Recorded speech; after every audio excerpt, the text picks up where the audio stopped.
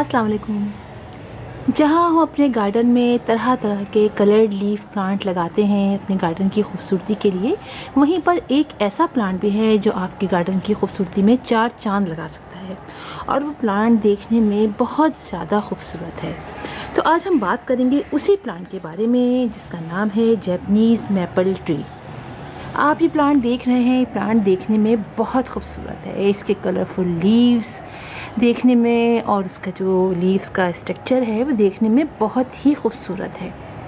ये प्लांट अगर इसको लो मेंटेनेंस प्लांट कहें तो गलत नहीं होगा और इसको आमतौर पर डबल शेड प्लांट भी कहा जाता है, लेकिन ज़्यादातर इसको मैपल ट्री कहा जाता है।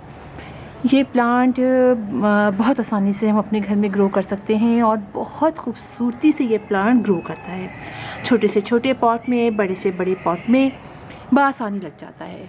ये प्लांट मैंने आज से 1 महीने पहले छोटा सा घर के बाहर ही हमारे पौधे वाला आता है, मैंने उससे लिया था और आप देखिए ये कितना तेज़ी से ग्रो करता हुआ कितना बड़ा हो गया और इतनी खूबसूरती से ये बढ़ रहा है। कोई ब्रांचेस इसकी आप देखिए ख़राब नहीं हुई हैं, नीचे से इसके लीव्स लगे हुए हैं और ऊपर तक इसके लीव्स उसी कंडीशन में बढ़ते तरीके से बढ़ते चले जा रहे हैं। यानी इस प्लांट को आपको शेप देने की ज़रूरत नहीं होती, ये प्लांट खुद ही अपनी शेप अख्तियार करता चला जाता है। इस प्लांट को अगर हम कहें कि ये प्लांट के लिए आपको कैसी सॉइल चाहिए, तो इस प्लांट को हम वेल ड्रेन सॉइल में अगर लगाएं तो बहुत अच्छा होगा। वैसे तो ये हर सॉइल में ही चल जाता है, लेकिन वेल ड्रेन सॉइल इसके लिए बहुत अच्छी है। और छोटे से छोटे पॉट की बात मैंने इसलिए की कि अब आप देख सकते हैं कि मेरे ये कितने छोटे से पॉट में लगा हुआ है, चेंज के पॉट में लगा हुआ है और ये बहुत बड़ा हो गया है। और अब जो है इसको मैं बड़े पॉट में शिफ्ट करूँगी। यानी देखिए अभी तक इसके लीव्स वैसे ही निकलते चले आ रहे हैं, लेकिन चूँकि बहुत बड़ा हो गया है तो हम इसको बड़े पॉट में शिफ्ट कर देंगे।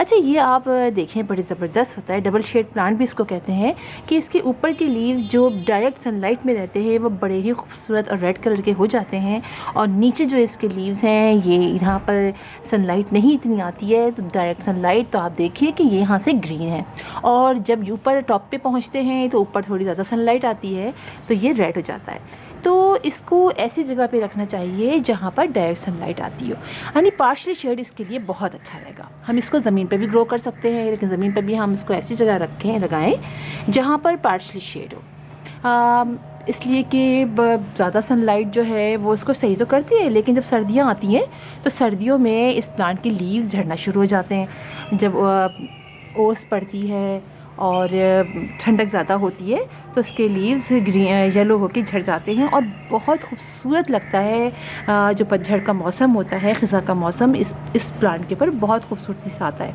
अच्छा, इस प्लांट को पानी की बहुत ज़्यादा ज़रूरत होती है। अब आप देखिए मेरा 6 का पॉट है, खैर इसको तो दिन में 2 से 3 दफ़ा मुझे पानी डालना पड़ता है। बहुत जल्दी इसकी पट्टी खुश्क हो जाती है और अगर हम नहीं डालेंगे तो इसके लीव्स झड़ना शुरू हो जाएंगे और जिस खूबसूरती से ये नीचे से आप देखिए ये ऊपर बिल्कुल उसी कंडीशन में जा रहा है, तो फिर उसके लीव्स जब झड़ जाएंगे तो उतनी खूबसूरती से नहीं जाएंगे और फिर वो काफ़ी लीव्स के झड़ जाएंगे।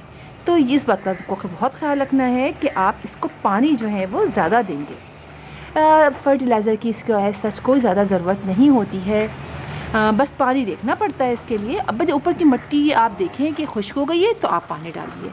सर्दी में भी आप चेक कर लीजिए, अब ये ना हो कि मिट्टी बहुत गीली हो और आप पानी डाल दें तो इसके रूट जो है वो ख़राब होना शुरू हो जाएंगी, उसमें फंगस लग जाएगा। फर्टिलाइज़र जो है वो ज़्यादा इसको ज़रूरत नहीं पड़ती है। मैंने जब लिया था मतलब 1 महीने पहले, तो मैंने इसमें जो वैसे जो हम बनाते हैं सॉइल वैसे ही मैंने बनाया था, गोबर की खाद डाल के, और मैंने अपने घर की सैंड ली थी और कंपोस्ट लिया था, उसको मैंने डाला था और मैंने अभी तक कुछ नहीं डाला है। अच्छा, इसकी जो है बहुत आसानी से इसकी जो है ब्रांचेस लग जाती हैं।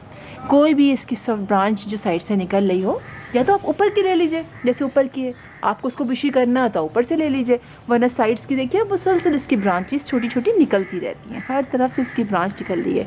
अब आप देखिए ये ब्रांच निकल रही है, ये थोड़ी सी और बड़ी हो जाएगी तो मैं यहाँ से इसको कट कर दूँगी और जैसे हम लगाते हैं वैसे लगाएंगे। चाहे तो आप इसको कोकोपीट में लगा लीजिए, चाहे आप इसको डायरेक्ट बालू मट्टी में लगा लीजिए, हर में ये बहुत आसानी से इसकी ब्रांचेस लग जाती हैं और साल के 12 महीने आप इसकी ब्रांचेस को लगा सकते हैं। और ये बात कि इसको आप कोई कीड़े वगैरह के कहें तो उसमें ऐसा कोई इस तरह के कीड़े वगैरह नहीं लगते, और मैंने तो नहीं देखा और ना मैंने सुना कभी कि इसमें कीड़े वगैरह लगे हों।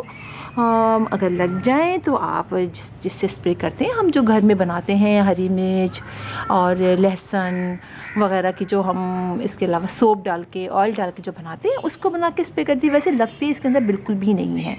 इस प्लांट को ज़रूर आप घर में लाइए। मैंने तो एक ही लिया था और मुझे इतना अच्छा लगा। अब मैं इसकी कई ब्रांचेस इसकी जो निकलेंगी वो मैं लगाऊंगी और फिर देखिए कि इंशाल्लाह आपको मैं दिखाऊंगी भी। तो फिर इंशाल्लाह आपसे मुलाकात होगी किसी और वीडियो में किसी और टॉपिक के साथ। तब तक के लिए अल्लाह हाफ़िज़।